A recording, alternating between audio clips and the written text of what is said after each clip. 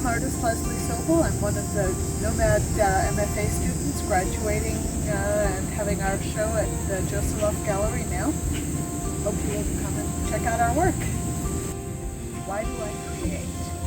I always have. It's how I respond to the natural world, to political things, to the intersection of climate change and pollution and how we're screwing up the planet.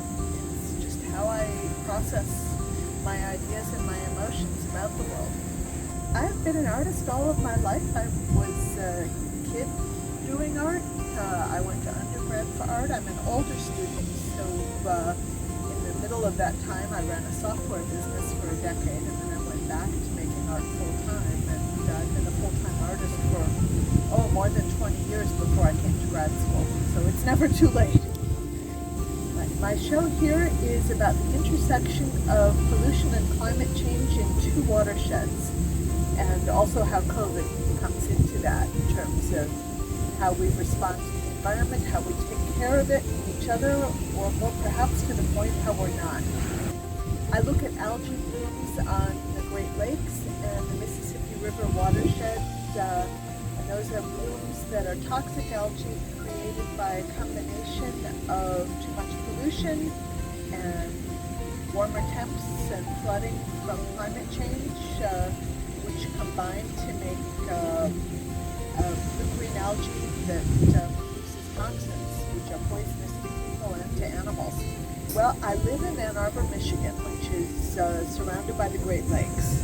So it's a part of the world where the state of the Great Lakes is a big influence on how we live. And last summer, Lake Erie's water supply for the city of Toledo was completely shut down because of so much blue-green algae that they could not safely treat drinking water for the whole city for many days. And that's compelling.